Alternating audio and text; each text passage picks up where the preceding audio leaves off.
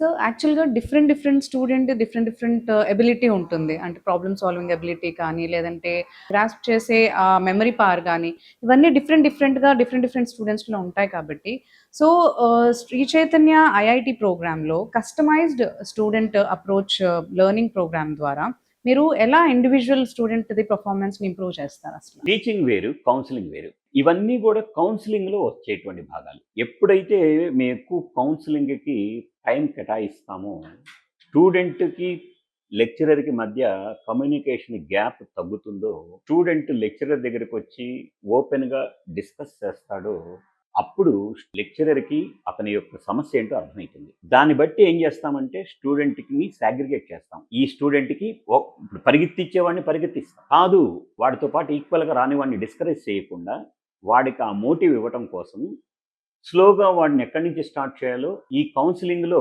వాడికి confidence levels increase చేసే విధంగా వాడికి ఏ స్థాయి నుంచి ప్రాబ్లమ్స్ అయితే చెప్తే ఈజీగా ఉంటుందో వాటిని అక్కడ మేకప్ చేస్తాం. ఎందుకంటే చాలామంది స్టూడెంట్స్‌కి షై ఫీలింగ్ ఉంటుంది. నలుగురిలో అడగటానికి భయపడతారు, ఫీల్ అవుతారు. తను అడిగే క్వెషన్ చిన్నదైతే ఎవరైనా నవ్వుతారేమో, ఎవరైనా చులకనగా చూస్తారేమో, ఒక రకమైనటువంటి ఇన్ఫీరియారిటీ కాంప్లెక్స్ ఉంటుంది. మేము మా ఫ్యాకల్టీ అందరికీ, మా అడ్మినిస్ట్రేటర్స్ అందరికీ ముఖ్యంగా చెప్పేది ఉండాలి. మా వైపు నుంచి మేము సాధ్యమైనంత వరకు హానెస్ట్‌గా ఉండటానికి మేము ఇస్తాం. కానీ ఇప్పుడున్న జనరేషన్‌లో కొంతమంది స్టూడెంట్స్ దాన్ని మిస్‌యూజ్ చేసుకుంటాం కూడా జరుగుతుంది. మేము అది ఎప్పటికప్పుడు వాళ్ళని అలర్ట్ చేస్తూనే ఉంటాం. ఇలా నిరంతరము స్టూడెంట్స్ మధ్యలోనే ఉంటాం కాబట్టి అదే మా సక్సెస్‌కి కారణమవుతుంది.